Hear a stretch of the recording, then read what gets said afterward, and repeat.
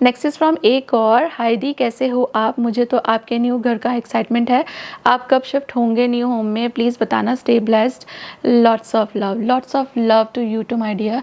Shift का तो मैंने आपको बताया ही ना, अभी बस कीज़ मिलेंगी, उसके बाद फिर पूजा करके हम लोग इंटीरियर करवाएंगे और उसके बाद फिर शिफ्ट हो जाएंगे। एंड ये सब दिवाली से पहले पहले ही होगा, क्योंकि दिवाली के बाद होली से पहले हमारे में शिफ्ट नहीं करते हैं।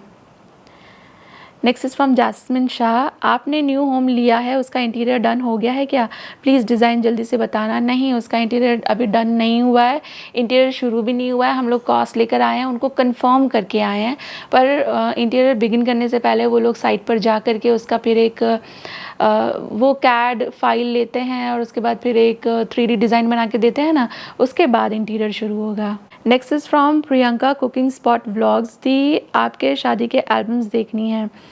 मेरे शादी की एल्बम नहीं है, मेरे शादी की वीडियो रिकॉर्डिंग है, वीडियो एल्बम है, और वो तो सारी मैं आपको क्या ही दिखाऊं। मैंने कुछ एक फ़ोटोज़ इंस्टाग्राम में अर्लियर डेज़ में अपलोड किए थे, तो आप वो देख सकते हैं, नहीं तो मैं री अपलोड कर दूंगी कभी। Next is from Neha Saini, she is also asking खुशी पतली कैसे हुई, तो आई जस्ट आंसर्ड इट। अच्छा, एक चीज़ और मुझे बोलनी है, किसी का नाम मैं अगर गलत बोल रही हूँ तो प्लीज़ प्लीज़ प्लीज़ माफ़ कर देना मुझको, क्योंकि कुछ नाम सुने सुनाए होते हैं तो पता है कि उसको क्या बोलना है, पर कुछ कुछ नया होता है ना, तो वो थोड़ा सा इधर उधर निकल जाता है, तो प्लीज़ माफ़ कर देना। And next question is from Sonal, she is asking, hi दी आपके न्यू फ्लैट के बारे में बताइए, ये भी न्यू ही था ना दी फ्लैट, इंटीरियर के बारे में भी बताइए प्लीज़। तो न्यू के बारे में मैं आपको बता चुकी हूँ, हाँ ये भी न्यू ही था, EMI पे है ये अभी भी। और इंटीरियर का तो मैं अभी आपको क्या ही बताऊँ, इतना ही बता सकती हूँ जितना हुआ है। जब एक बार 3D डिज़ाइन आ जाएगा ना मेरे पास, 3D फाइल, तब मैं आपसे उसके बारे में एक्स्ट्रा बात कर पाऊँगी। फ़िलहाल मैं सिर्फ आपको ये बता सकती हूँ कि जैसा इंटीरियर इस घर में है ना, ऐसा अब मेरी इच्छा नहीं है करवाने का, क्योंकि काफ़ी सारा सामान ना बाहर ही रखा रहता है, तो उससे ना आप कितना भी चमका चमका के घर को नीट एंड टाइडी रख लो, कितने भी ब्यूटीफुल पीसेस घर में रख लो, लेकिन वो थोड़ा सा भी ये होता है ना कि मतलब एक क्लटर जैसा फील आने लगता है जब सामान ज़्यादा पड़ा रहता है। जैसे कि मेरा डाइनिंग टेबल ही लो, उस पर ज़्यादातर वक्त है ना कुछ ना कुछ सामान रखा ही रहता है, तो I am sick and tired of this, I want to get rid of this. तो इसलिए इस बार प्रॉपर स्टोरेज वाला इंटीरियर मैं प्लान कर रही हूँ।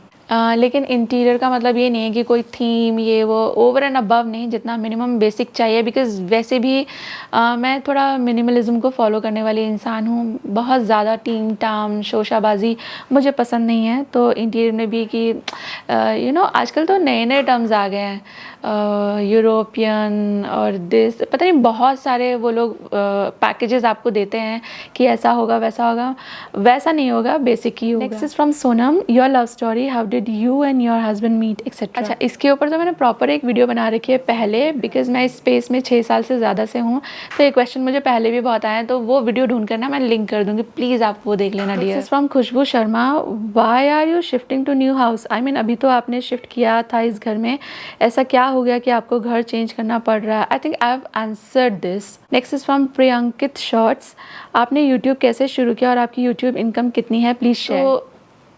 तो YouTube मैंने कब शुरू किया वो तो मैं बता चुकी हूँ, बट YouTube देखिए, मैं अपनी ज़िंदगी के 4 साल डिप्रेशन में थी, बहुत बुरा वक्त था वो तो चला गया धीरे धीरे, पर उसकी वजह से ना मुझे ओवर थिंकिंग की आदत और जल्दी ही किसी भी चीज़ को दिल पे लगा लेना, ये सब मेरे साथ सिचुएशन हो गई। दूसरा ये कि मतलब हम लोग बिगनिंग में मैं भी कमाती थी और हस्बैंड भी कमाते थे, तो सही चल रहा था, लेकिन जब मैंने सानवी को कंसीव किया तो 3-4 महीने में ऑफ़िस गए, उसके बाद फिर मेरे पास ये ऑप्शन ही नहीं था कि मैं ऑफ़िस जाऊं, तो मेरे को ऑफ़िस छोड़ना पड़ा, मैं घर पे रहने लगी बच्चे को संभालने के लिए, घर संभालने के लिए। हालांकि घर तो शर्मा जी और मैं पहले संभाल रहे थे, जब हम दोनों काम करते थे तो दोनों घर का भी देख लेते थे, जैसे तैसे चल रहा था, वो एक प्रायोरिटी नहीं थी, बट शानू को संभालना वॉज प्रायोरिटी। तो इसलिए मैंने जॉब छोड़ दिया। पहले ये था कि मैं आऊँगी वापस, मैं एक 6 महीने के ब्रेक पे गई थी, लेकिन उसके बाद हालात मेरे ऐसे नहीं बने कि मैं जा सकूँ, तो फिर मैंने फॉर्मली रिज़ाइन कर दिया मेरी जॉब से। मैं एक MNC में कंटेंट राइटर थी तभी, तो उसके बाद फिर शानू धीरे धीरे थोड़ी बड़ी हुई, तो इतने में फिर आई कंसीव्ड खुशी। एंड फिर उसके बाद मेरा ऑफिस जाने जैसा हुआ ही नहीं। सब लोग मुझे यही बोलते थे कि अब तो तुम बच्चे ही देखो, पर मुझे ना समवेयर अंदर से ये था कि यार मुझे अपने पैरों पे खड़ा होना है, 2 पैसे अपने कमाने हैं, लाइफ को एक मीनिंग भी देना है ना, क्योंकि एक दिन बच्चे पढ़ लिख कर चले जाएंगे, तो तब मैं क्या बोलूँगी कि मैंने क्या किया सारी ज़िंदगी। और तब है ना वो जो अकेलापन आता है ना, वो बहुत ज़्यादा होता है। तो इतना सारा भी मैंने तब सोचा नहीं था। उस वक्त मेरा थॉट उस वक्त तो इतना ही था कि यार मुझे कुछ तो अपना भी तो करना है, 2 पैसे अपने भी कमाने हैं। पर फिर क्या हुआ, फिर सानवी खुशी का स्कूल शुरू हुआ। फिर जब आप अकेले रहते हो तो सुई से लेकर तलवार तक, एक नमक के पैकेट से लेकर घर तक सब आपको खुद ही फाइनेंस करना पड़ता है, सारे खर्चे खुद ही उठाने पड़ते हैं। तो धीरे धीरे ऐसा हो गया कि मैंने सौरभ को कई रातें परेशान होते हुए देखा कि उनको पैल्पिटेशन होती थी, नींद नहीं आती थी, वो नींद में से जग जाते थे कि मेरा इसका ईएमआई आ रहा है, या ईएमआई भी चलो वो मैनेज कर लें क्योंकि वो तो मंथली खर्चा है, लेकिन इस तरह के कई सारे अनफॉर्सीन सर्कमस्टांसेस खर्चे आ जाते थे। फ्रिंज बेनिफिट्स तो कभी हुए नहीं, फ्रिंज खर्चे ज़रूर आ जाते थे, तो वो परेशान हो जाते थे कि अभी कैसे करें। एंड फिर अभी private schooling is so expensive, आपको पता ही होगा। तो तब मैंने सोचा यार दिस इज़ हाई टाइम, मुझे अब तो मतलब कुछ करना ही चाहिए। अभी ऐसे नहीं चलेगा। तो मुझे बहुत लोगों ने सजेस्ट करा कि स्कूलिंग कर लो, बच्चों के साथ आना जाना हो जाएगा तो लाइफ ऐसे मैनेज हो जाएगी। बट स्कूलिंग के लिए भी यार ऐसा नहीं है कि आप चले जाओ किसी भी स्कूल में वो आपको हायर कर लेंगे। You have to have that formal education, आपका बीएड एंड ऑल दैट आपका होना चाहिए। मेरे पास वो सब कुछ था नहीं, मैंने क्योंकि स्कूलिंग के हिसाब से कभी पढ़ाई की नहीं थी। तो उस वक्त कोइंसिडेंटली सानवी खुशी के स्कूल में एक ट्रेनिंग प्रोग्राम निकला था कि आप उसमें थोड़े पैसे जमा करके आप वो कोर्स कर लो, तो उसके बाद फिर उनके स्कूल में आप एज टीचर लग सकते हो। तो मैंने मेरे हस्बैंड को पूछा कि क्या मैं ये कर लूँ, मतलब ये ठीक रहेगा क्या हमारे लिए। जब मैं ये बोलती हूँ ना आपसे कि मैंने मेरे हस्बैंड से पूछा मैं ये करूँ नहीं करूँ, it's not like asking for permission, seeking permission. It's like we are discussing things, pros and cons, do's and don'ts, yes and no वाले कॉन्सेप्ट पे। तो मैंने उनके सामने एक क्वेश्चन किया कि मैं ऐसा सोच रही हूँ क्या कर लूँ। तो उन्होंने कहा कि उससे पहले मैंने मेरा रिज्यूमे तैयार किया था। यहाँ पास में एक कंपनी है कोलैबरा नाम का है, जो बड़ौदा वाले हैं उनको पता होगा। तो मैंने मेरा रिज्यूमे तैयार किया था कि मैं वहाँ लगाऊंगी, एंड मेरा जितना भी तब तक का आईटी का एमएनसी का एक्सपीरियंस था मुझे वहाँ पे जॉब मिल जानी थी। ऐसा मतलब मेरे को गारंटी था। और मेरे हस्बैंड खुद आईटी में, तो उनको भी ये था कि हाँ मिल तो जाएगी। शायद फ्रेशर से शुरू करना पड़े, they would not consider your experience क्योंकि गैप काफ़ी ज़्यादा बड़ा हो गया था, बट शायद जॉब तो ईजिली मिल जाएगी। फिर ये टीचर वाला हुआ। तो मैं है ना कॉन्टेम्पलेट कर ही रही थी। फिर एक दिन मेरे दिमाग में ये ख्याल आया कि यार मैं ना, तब मैंने सोचा क्यों ना मैं यूट्यूब को एक ट्राई दूँ, क्योंकि तभी बहुत लोग ये कर रहे थे और मैं बहुतों को देख रही थी। तो थोड़ा मन में एक ये था कि हाँ मैं ये कर सकती हूँ, मैं अच्छा कुकिंग कर सकती हूँ एंड अच्छे टिप्स एंड ट्रिक्स शेयर कर सकती हूँ। पता नहीं कैसे मेरे दिल में आया और मैंने ना एक दिन एक वीडियो बना ली, जबकि मेरा वो आईटी वाला भी और स्कूल वाला भी दोनों दिमाग में चल रहा था। इससे पहले कि मैं इनके लिए स्टेप लूँ, मैंने एक वीडियो बना करके एडिट करके अपलोड कर दी, एंड मुझे अच्छा खासा उस पर व्यूज़ आ गए। एंड मेरा चैनल है ना 6-7 महीने में तो मोनेटाइज भी हो गया। तो जब वहाँ पे मेरे को व्यूज़ आने लगे तो उससे एक अलग ही मोटिवेशन आ गया। तो मैंने ये दोनों चीज़ों को फिर थॉट देना बंद कर दिया। एंड तो ऐसे मैंने यूट्यूब शुरू किया फॉर फाइनेंशियल नीड्स ऑल्सो। मैं जैसे थोड़ी देर पहले बता रही थी ना कि मैं बहुत ज़्यादा ओवर थिंकिंग के लूप में फंस चुकी थी, मुझे उससे भी खुद को बाहर निकालना था। वो endless mindless thinking for hours and hours, उस तरह से मुझे अपना टाइम वेस्ट करना रोज़ रोज़ बहुत भारी लग रहा था। तो मेरे पास यही तरीका था कि मैं खुद को कहीं एंगेज कर लूँ। तो एंगेज करने का मैंने आपको थोड़ी देर पहले बताया, and that's how YouTube started. फिर मंथली इनकम आपने पूछी, तो monthly income is very less, lowest of all time. आप ये समझ लो, ऑनेस्टली आपसे कह रही हूँ कि बस मेरा बच्चे लोगों का महीने भर का जो खर्चा होता है ना, उनके ट्यूशन्स, ट्रांसपोर्ट, फीस, उतना ही निकल पा रहा है। It's under 50। Next is from Ayesha, have you stucked in any dangerous situation like robbery, serious accident and anything like this? No dear, touch wood, ऐसा कुछ नहीं हुआ, भगवान बचा के रखें। Next is from Pallavi Deshmukh, आपकी लव मैरिज है या अरेंज, एंड आप दोनों एज डिफरेंस क्या है? तो mine is love come arrange, हम दोनों ने एक दूसरे को ढूंढ लिया था, तो उस हिसाब से लव मैरिज एंड प्रॉपर सब लोगों के प्रेजेंस में शादी हुई थी, तो that's how it's an arrange marriage. और आप दोनों का एज डिफरेंस क्या है? कुछ भी नहीं। He is 82 born, I am 82 born, he is September born and I am April born, तो उस हिसाब से 4-5 महीना मैं ही बड़ी हूँ। पर उनके डॉक्यूमेंट्स में समहाउ 9 का 2 हो गया, तो उनका ऑफिशियल जो बर्थडे है दैट इज़ February, तो इस हिसाब से ही इज़ 2 महीना मुझसे 2 months older than me, but हम लोग 82 बॉर्न हैं, same age. Then next is from Shruti saying how much is your YouTube income? I just answered that. Next is from प्रिया अमर की दुनिया, आप वीडियो किस मोबाइल से शूट करते हो? इससे, ये वाला आईफोन।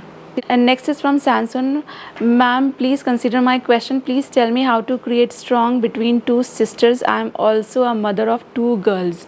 देखिए, मुझे ऐसा लगता है कि जब 2 बच्चे साथ रहते हैं, एक ही जैसे माहौल में खाते पीते हैं, एक ही जैसा सब कुछ परसीव करते हैं ना, तो उनकी बॉन्डिंग अपने आप ही स्ट्रांग हो जाती है। जैसे मैं और मेरी बहन, जब तक हम अपने मम्मी पापा के घर में थे, जब तक वो दुख सुख हम लोग एक ही हिसाब से जी रहे थे ना, हमारी बॉन्डिंग वाज लाइक कि कोई आकर तोड़ नहीं सकता। जब से हम लोग अलग अलग घरों में हो गए, सबकी दुनिया अलग हो गई, तब से जो कुछ भी शुरू हुआ है। तो 2 बहनों में जब आप के घर में ही दोनों बच्चियां हैं ना, तो इट्स वेरी इजी कि उनके बीच में बॉन्डिंग आप क्रिएट करो, उनके ऊपर जिम्मेदारी डालो जो वो दोनों मिलकर कर सकें, टास्क दे दो दोनों को जो वो दोनों मिलकर कर सकें, और फिर आप देखना कि जितना आप सोचते हो ना, उससे कहीं ज़्यादा वो बच्चे सोच सकते हैं, समझ सकते हैं, and they are capable of a lot of stuff. हम जब उनको ऐसा प्रोटेक्ट करके माहौल देते हैं ना कि नहीं तुम ये करो, तब वो अलग तरह से बिहेव करते हैं। उनके ऊपर सिचुएशन डालकर देखो, आप जिम्मेदारी डाल करके देखो, you will be amazed, and that in long run creates bonding. Next is from Dipanvita Sen Gupta, love you Sissy, God bless you all, love you too my dear, God bless you too. Next is from LLM, hi sister, I learned cooking from you, thank you. How is your husband so calm and composed? Does he get angry? How you handle situation when you don't feel good? सबसे पहले तो thank you so much dear.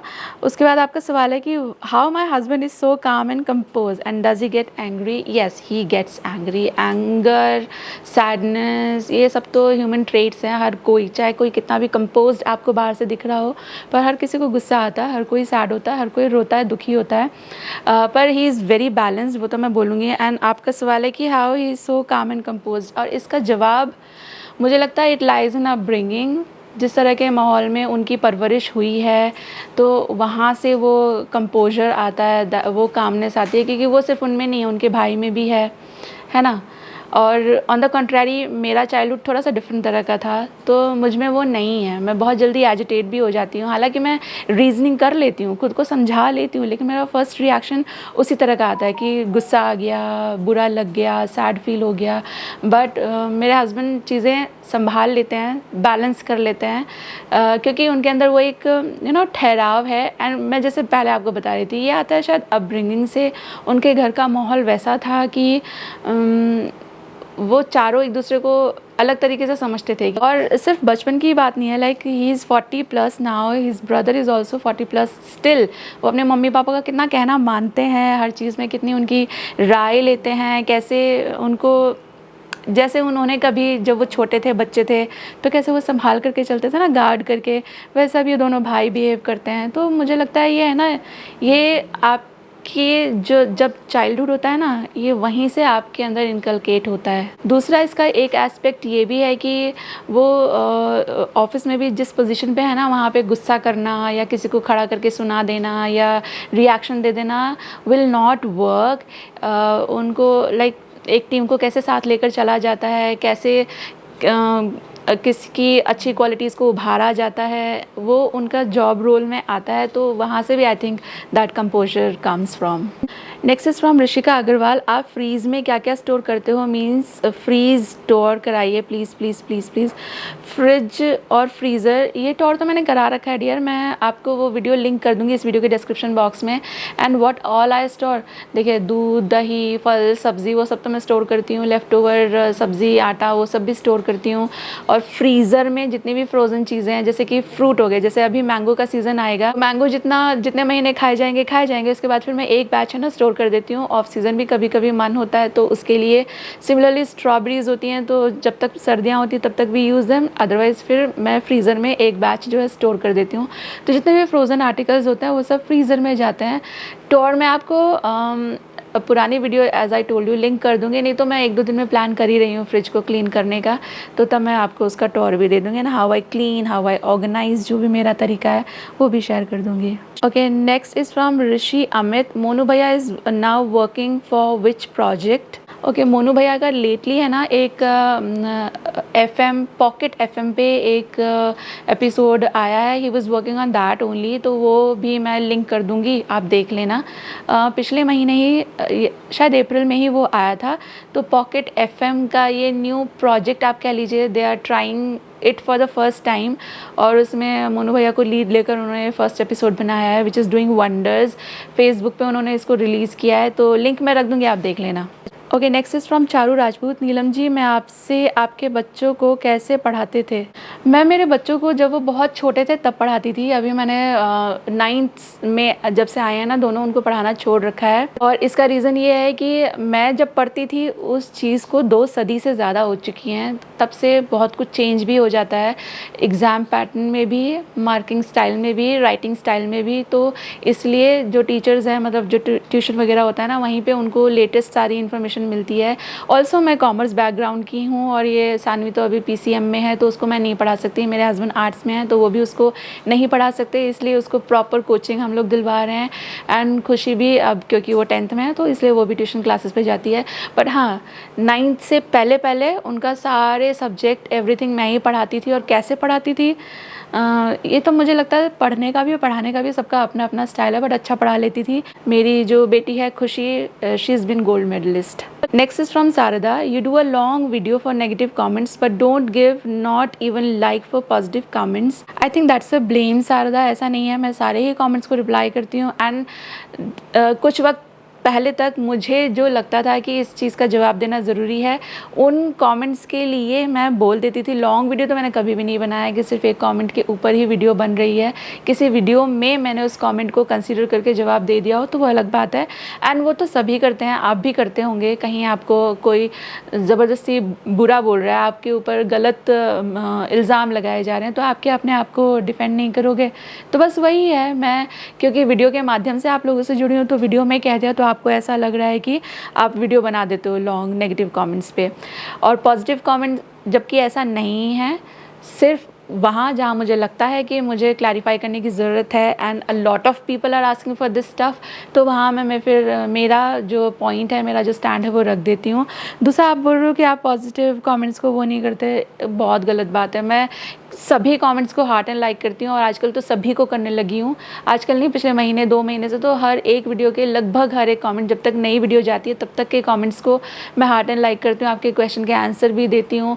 पहले तो मेरे channel पे मैंने 2-4 give away भी किए थे, तो वो भी तो पॉजिटिव कमेंट्स वालों को ही जाते हैं, ऐसा नहीं है। मेरे लिए आप लोग मेरी फैमिली हो, वर्चुअल फैमिली हो, and when I say this I really mean it. Next is from JB। What are your plans for the girls future education, will you send them abroad?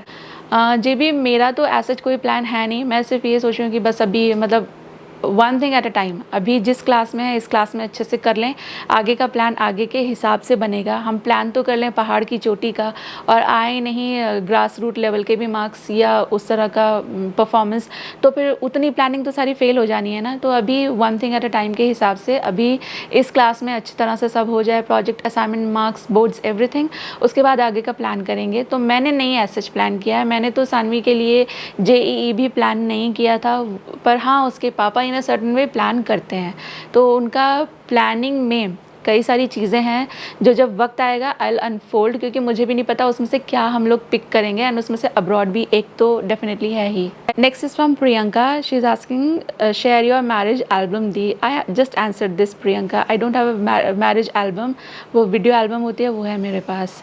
Next is from Anay. Next second question Anay, एक बात और बताओ, मेरी बेटी ने आपसे ही सब्जियां बनाना सीखा है, खुशी होती है, बहुत ही ट्रेंड किया है मेरी बेटी को। थैंक यू नीलम मौसी। From my daughter, love you so much dear. कितना मुझे सुनकर बहुत अच्छा लगा मौसी, नीलम मौसी, I love you. Next is from लफ्ज़ों का कारवा। आप अपना स्किन और हेयर का रूटीन शेयर करना दी। मेरा ड्राई स्किन है, मैंने अभी सेटाफिल क्रीम लगाना शुरू किया है, तो ठीक है ना। लफ्ज़ों का कारवा, मैं है ना अपना genuine hair care, skin care share करती हूँ, तो बहुत लोग उसको देखते नहीं है ये सोच करके कि इसमें भी ब्रांड का ही कुछ होगा। मैंने शायद 2 महीने पहले ही अपना प्रॉपर नाइट टाइम का स्किन केयर मैं कैसे करती हूँ वो शेयर किया था। तो आप मेरे वीडियोस थोड़ा सा कंटिन्यूटी में देखोगे ना, तो ज़्यादातर चीज़ों के तो मैं ऑलरेडी वीडियोस बना चुकी हूँ। दूसरा, आप बोल रहे हो कि आपने सीटाफिल शुरू किया है। Cetaphil is very nice and ये सभी स्किन टाइप को सूट करता है, बिकॉज़ काफ़ी ज़्यादा, क्या बोलूँगी मैं, लाइट है ये, बहुत ज़्यादा मतलब loaded with chemicals and harsh नहीं है, तो it's good for dry skin also. मेरी तो ऑयली है, मैं भी यूज़ करती हूँ। और स्किन केयर रूटीन की जहाँ बात करें ना, तो मैं आपको एक चीज़ और बताऊँगी। देखो, सबकी स्किन अलग होती है, स्किन तो अलग होती ही है, पर सब लोग अलग अलग सर्कमस्टांसिस में, अलग अलग एनवायरनमेंट, एटमॉस्फेयर में भी रहते हैं। जैसे मैं यहाँ रहती हूँ, मेरी स्किन काफ़ी ज़्यादा सेंसिटिव तो मैं नहीं कहूँगी, हूँ तो मैं ऑयली स्किन टाइप, पर मेरी स्किन पे ना ऐसे झट से हर चीज़ का असर आता है। गर्मी ज़्यादा हो गई, वो स्किन पे दिखेगी, कुछ भी झट से मेरी स्किन पर असर आता है। और मेरी स्किन थोड़ी सी पतली भी है, तो जो स्किन केयर मेरा हो वही आपका हो या वही किसी का हो, वो ज़रूरी नहीं है। तो आप है ना, आपकी स्किन पे क्या सूट करता है, उसके लिए 2-3 स्टेप का स्किन केयर बना लीजिए अपना। किसी से इंस्पायर्ड होने की ज़रूरत नहीं है, आप देखो सब कुछ, लेकिन आपको क्या सूट करता है ना, उसे ही अपने रूटीन में रखो। ज़रूरी नहीं है 8-10 स्टेप का ही आपका स्किन केयर हो तो ही वो बेटर है।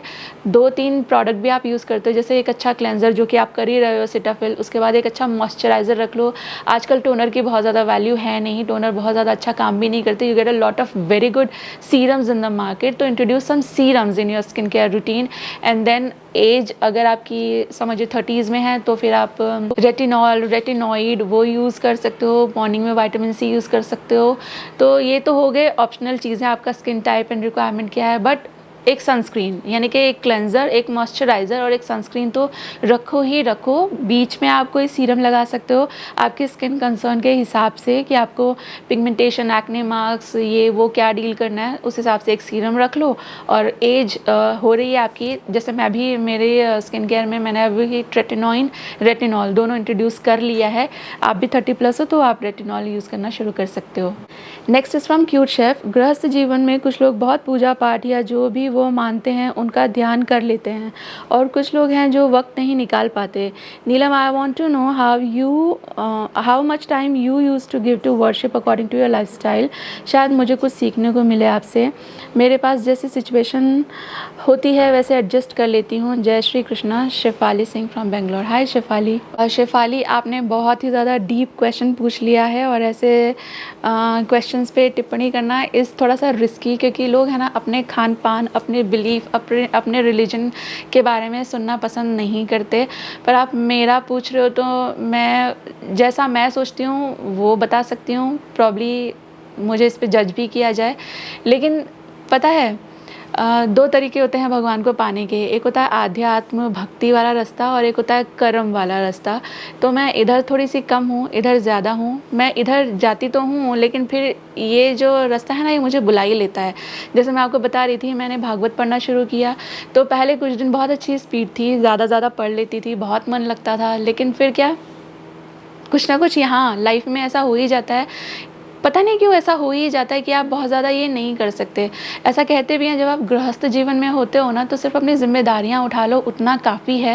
आप उस वक्त तक उस हिसाब से, उतनी प्रगाढ़ता से, उतनी गहराइयों में जाके घंटों घंटों पूजा नहीं भी करें तो भी भगवान माफ़ करते हैं, क्योंकि कर्म ही पूजा है, ये भी भगवान जी ने ही कहा है।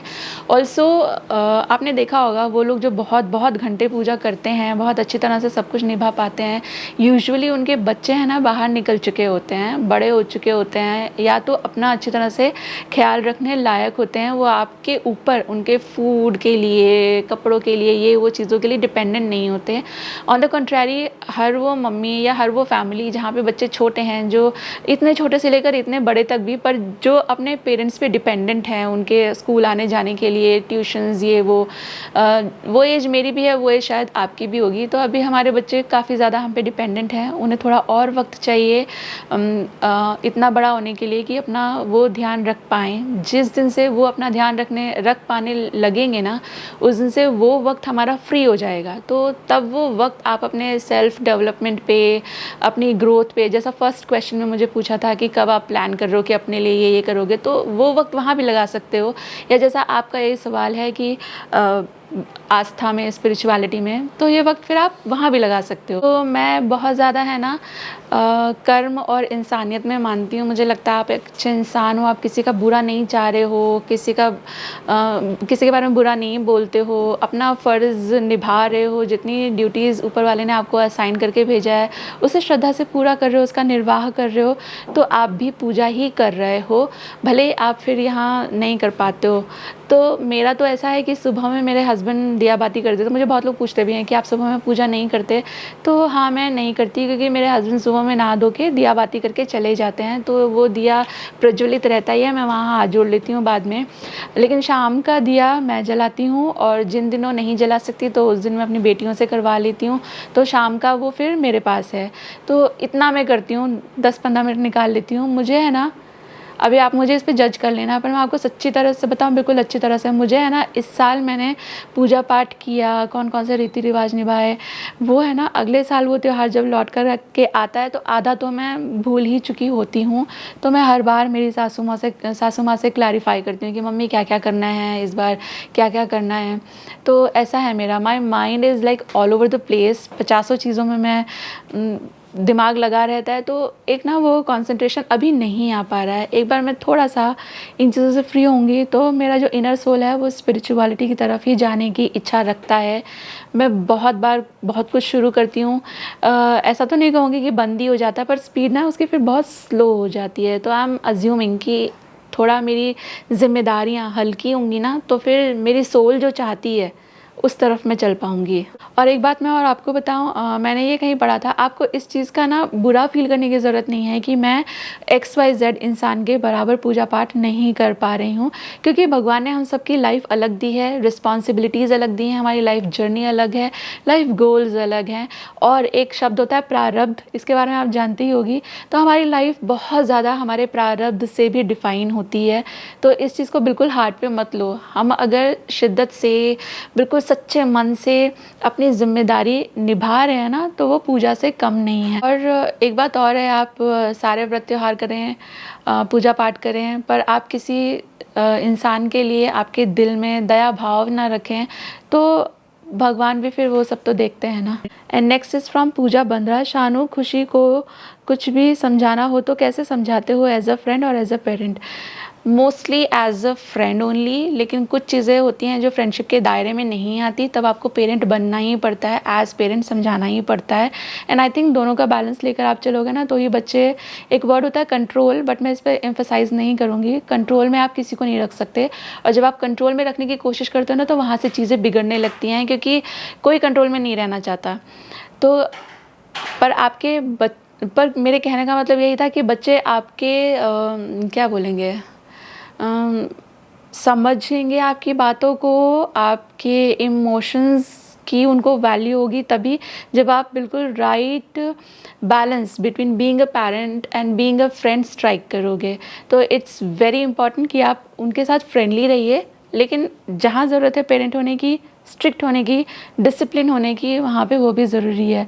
क्योंकि कितना ही आप अपने बच्चों को ऐश्वर्य दे दो, आराम दे दो, लेकिन अगर उनको डिसिप्लिन नहीं सिखाया ना, सही समय पे उनके साथ स्ट्रिक्ट नहीं हुए, तो फिर उनको गलत रास्ते पे जाने में वक्त नहीं लगेगा। और रही बात मेरे समझाने की, तो मैं थोड़ी देर पहले भी बता रही थी कि मैं थोड़ी सी स्ट्रिक्ट हूँ, मेरे हस्बैंड थोड़े से ज़्यादा सॉफ्ट हैं, थोड़े से ज़्यादा फ्रेंडली हैं।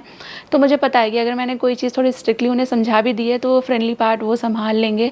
तो हम लोग टच वुड, दिखता भी है कि बच्चे समझ जाते हैं हमारी इस स्ट्रैटेजी से।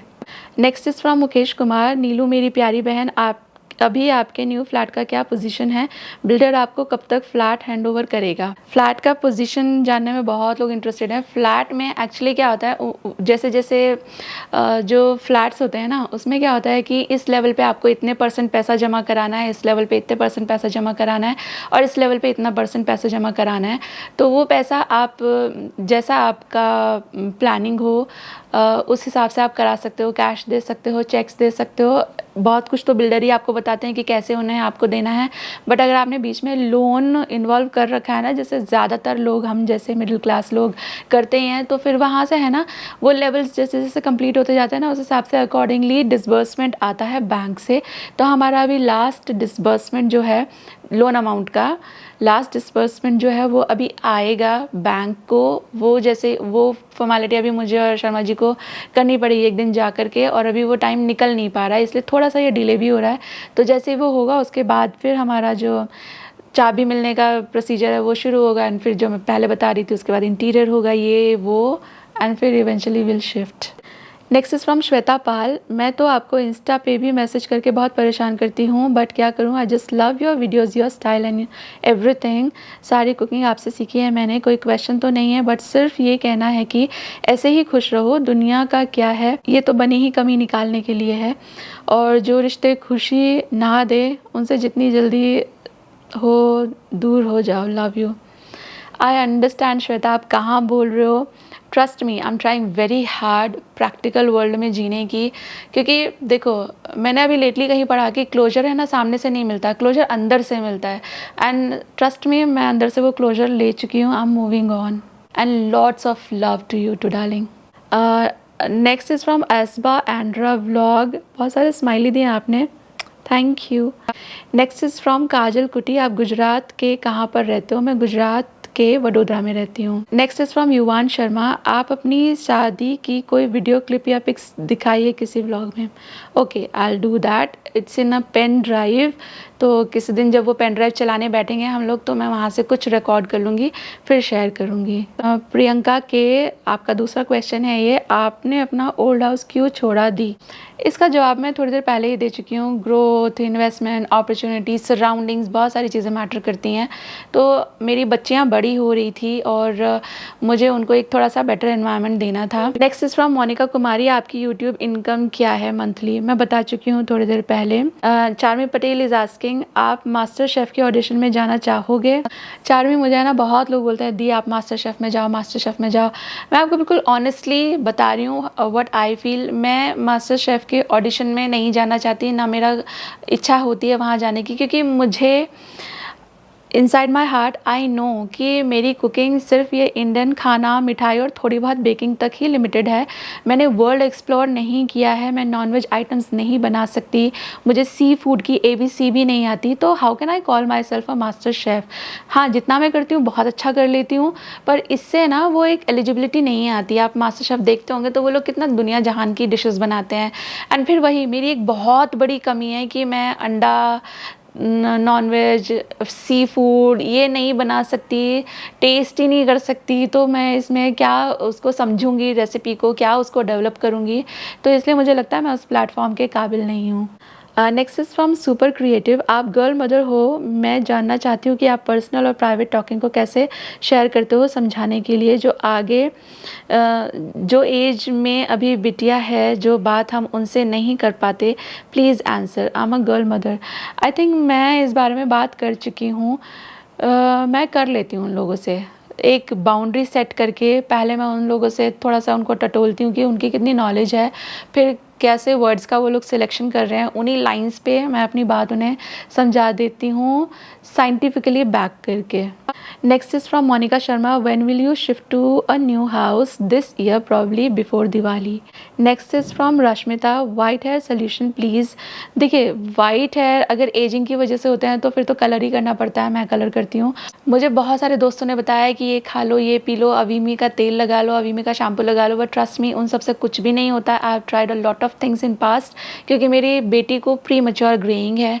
उसका फिर मैंने आयुर्वेदिक जो ट्रीटमेंट होता है ना वो भी करवाया 1 साल का, बट उससे भी ऑनेस्टली बहुत कुछ असर नहीं हुआ। ऊपर से उसके बाल बहुत ज़्यादा रफ़ हो गए।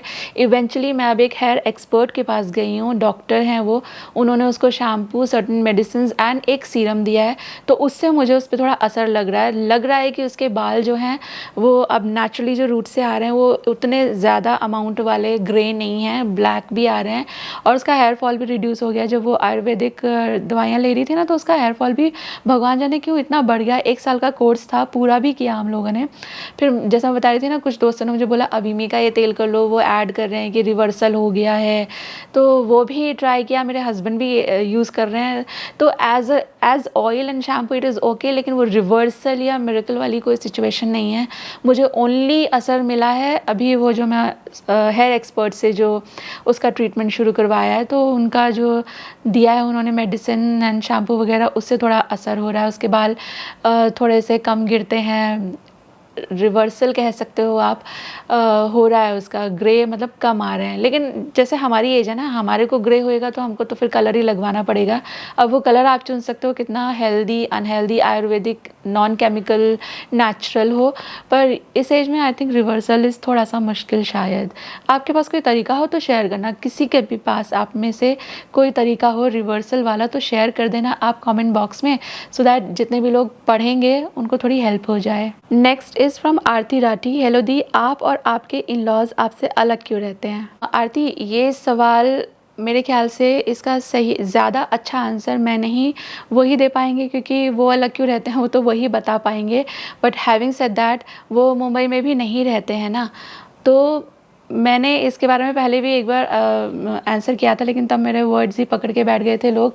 पर द थिंग इज़ कि जो मेरे सास ससुर हैं ना, देखो उन्होंने भी बहुत हम्बल लाइफ जी है, काफ़ी ज़्यादा मेहनत वाली, और बहुत सालों उन्होंने अपने बच्चे, घर गृहस्थी इसी में निकाल दिया। मैं वो पार्ट ऑफ द स्टोरी आपको बता रही हूँ जो मुझे पता है रियल क्या है, तो जिनके बारे में आपका सवाल है ना वही बता पाएंगे। तो उनको ये था कि जब हम फ्री हो जाएंगे अपनी जिम्मेदारियों से, तो we want to live our life in a certain way, ऐसी जगह पे जहाँ हमारा किसी भी बच्चे के पास पहुँचना काफ़ी ज़्यादा आसान हो, but still we get a nest kind of situation for ourselves. तो ये उन्हीं का डिसीज़न है कि हम इतना पास रहना चाहते हैं कि जब चाहें आ जा सकते हैं, पर इतना भी डिस्टेंस रखना चाहते हैं कि दिलों में मतलब वो ना आए। वो एक कहते हैं ना कि पास रहकर खटास आती है और दूर रहकर प्यार बना रहता है। तो मुझे इतना ही पता है, बाकी आपको इसके बारे में इन डेप्थ जानना है तो आप पापा से पूछ लीजिए, उनका भी एक चैनल है। मैं उनके चैनल का जो लिंक है ना वो डिस्क्रिप्शन बॉक्स में रख दूँगी, आप वहाँ से चेक कर लेना। बट ट्रस्ट मी, वैसा कुछ भी यहाँ पे मसाला नहीं है कि अलग क्यों रहते हो, क्या वजह हो गई, वैसा कुछ भी नहीं है। It's all mature thinking. And next is from Rupali Chokhani. आप मेरठ गई थी तब आप मिली थी अपनी मॉम से? नहीं डियर, हालात मेरे वैसे नहीं बन पाए। Next is from Triveni Bharat Sorathiya. Please एक मीटअप जैसा करो ना dear if possible. Okay Triveni dear, I will try. देखते हैं कैसे हो पाएगा, बट इस बार में भी एक ट्रायल तो देना बनता है। मैं तो सोच भी रही थी कि लाइव आती हूँ, गए वीकेंड पे ना मेरा मन आ रहा था कि लाइव आ जाती हूँ, पर फिर वही मुझे कनेक्ट करना नहीं आता, इतने मेरे को दूसरा काम कुछ बढ़ गया तो वो मेरे दिमाग से निकल गया। Next is from Charu Rajput. Hello Neelam ji. Hi Charu. Next is from Annie Sharma. What is your age? I just turned 43. Next is from Myra. You both have intercaste marriage. Your husband is from Meerut. You told in video earlier that you and your family used to live in Meerut. Are you from Uttar Pradesh originally? Yes. मेरे husband भी और मैं भी, we both are born and bought up there only. हालांकि हम दोनों के ही ancestral roots Rajasthan से हैं। Next is from Kriti Patel. Hi Neelam ji. Hi Kriti. Next is from Moon Maji. आपको कभी यह सुनना पड़ा कि आपके दोनों बेटी आपके जच्चे ही नहीं दिखती है? अगर कोई बोलता है तो आप कैसा उनका जवाब देता है? मुझे तो बार बार सुनना पड़ता है, अच्छा नहीं लगता है मुझे। मेरी एक बेटी है, 9 क्लास में पढ़ती है। Love from Siliguri West Bengal. Hi Moon, lots of love to you. हाँ, मुझे तो बहुत सुनना पड़ता है, पर जितने अभी थोड़े से मॉडर्न मॉम्स हैं वो लोग तो फिर भी अपने वर्ड्स थोड़ा सा केयरफुली वाइजली चुन लेते हैं, पर जितने थोड़े से ऊपर की जनरेशन के लेडीज़ होते हैं वो तो मतलब थोड़ा सा ऐसा रूडली भी बोल देते हैं। बट मुझे तो हर कोई यही बोलता है कि एक भी लड़की तुझ पर नहीं गई, एक का भी कलर ऐसा नहीं है, दोनों पापा पे चली गई। अच्छी बात है ना, पापा पे गई। बोलते हैं कि बेटियाँ अगर पापा की शक्ल पे जाएँ तो they are very lucky. And मेरे हस्बैंड के सभी बोलते हैं कि सोनू के नैन नक्शे बड़े सुंदर हैं, उनके फीचर्स अच्छे हैं, तो उनकी वजह से मेरी बेटियों के सुंदर फीचर्स हैं, बड़ी बड़ी आंखें दोनों की मिली। आई एम तो वेरी हैप्पी अबाउट इट। पर आपका सवाल है सुनने को मिलता है और बुरा लगता है। हाँ, सुनने को मिलता है पर मुझे बुरा नहीं लगता, मुझे तो इनफैक्ट इसके बारे में बहुत अच्छा लगता है। Next is from Richpal. आपकी लव मैरिज है या अरेंज मैरिज, और यूट्यूब चैनल को ग्रो कैसे कर सकते हैं, प्लीज़ बताएं। तो रिचपाल जी, मैंने अभी बताया लव मैरिज अरेंज मैरिज का, और यूट्यूब चैनल को ग्रो करने का तो मैं क्या आपको टिप दूँ, मेरा खुद ही चैनल अभी इतना स्लोली ग्रो हो रहा है। पर हाँ, इस स्पेस में मैं 6 साल से हूँ, तो थोड़ा मैं आपको बता सकती हूँ कि आजकल तो पता है यूट्यूब लॉन्ग फॉर्मेट से ज़्यादा शॉर्ट्स पे आपको ग्रोथ ज़्यादा दे रहा है। मेरे खुद की भी लॉन्ग फॉर्मेट पे कम व्यूज़ आते हैं एंड शॉर्ट्स पे अच्छे खासे व्यूज़ आ रहे हैं। मतलब पिछले महीने भर से मैं थोड़ी सी एक्टिव हो गई हूँ शॉर्ट्स पे। हालांकि शॉर्ट्स तो बहुत वक्त से है, मैं तभी से एक्टिव होती तो बहुत अच्छी ग्रोथ हो चुकी होती चैनल की। पर मुझे यही था कि यार मैं शॉर्ट्स भी करूँ, लॉन्ग फॉर्मेट भी करूँ। मतलब पता नहीं कि मेरा मन ही नहीं आ रहा था शॉर्ट्स करने जैसा। पर फिर मैंने देखा कि चैनल की ग्रोथ है ना, मेरे पूरे 1-1.5 साल तक एकदम ऐसे स्टक हो गई। पता नहीं क्या ये कोई स्ट्रैटेजी है यूट्यूब की या ऐसा होता ही है, आई डोंट नो। मतलब लॉन्ग फॉर्मेट डाल के ना मेरे सब्सक्राइबर्स बिल्कुल ही इंक्रीज़ नहीं हो रहे थे, एकदम स्टक जैसा। आप में से जो लोग भी मुझे देख रहे हो पिछले 1.5-2 साल से, आपने भी ऑब्जर्व किया होगा। बट यहाँ पे मैंने महीने भर से शॉर्ट्स डालने शुरू किए हैं, तो मेरी जो सब्सक्राइबर काउंट है वो इंक्रीज़ होने लगा है। बट इसका साइड इफेक्ट एक ये होता है कि आपके फिर लॉन्ग फॉर्मेट में ऑडियंस उतनी इंटरेस्टेड नहीं रहती। तो ग्रोथ तो ये है कि आपको दोनों का बैलेंस बना के चलना पड़ेगा, और यहाँ पर कंसिस्टेंसी मैटर्स मोस्ट। आप ब्रेक भी ले सकते हो, लेकिन वो ब्रेक ऐसा होना चाहिए जो आपकी ऑडियंस को पता हो कि हाँ भाई 2 दिन बाद वीडियो आएगी या हफ्ते में 2 ही वीडियो आएंगी। एकदम सडन ब्रेक से भी आपके चैनल पे नुकसान होता है, जो कि मैंने 2-4 बार उठाया है कि बीमार हो गए या ये हो गया वो हो गया, तो मैं हफ्ते भर तक वीडियो नहीं डाल पाया और उसके बाद फिर चैनल की ग्रोथ एकदम स्टक हो जाती है। तो थोड़ा कंसिस्टेंट रहिए, वो भी ज़्यादा अच्छा है चैनल के लिए। नेक्स्ट इज फ्रॉम एज Bandra vlog, very nice ji, thank you so much ji. Next is from Madhav Keshav Nagda. मेरा क्वेश्चन आपके मायके से रिलेटेड है, आपकी मदर और आप लास्ट टाइम कब मिले थे? Just before lockdown.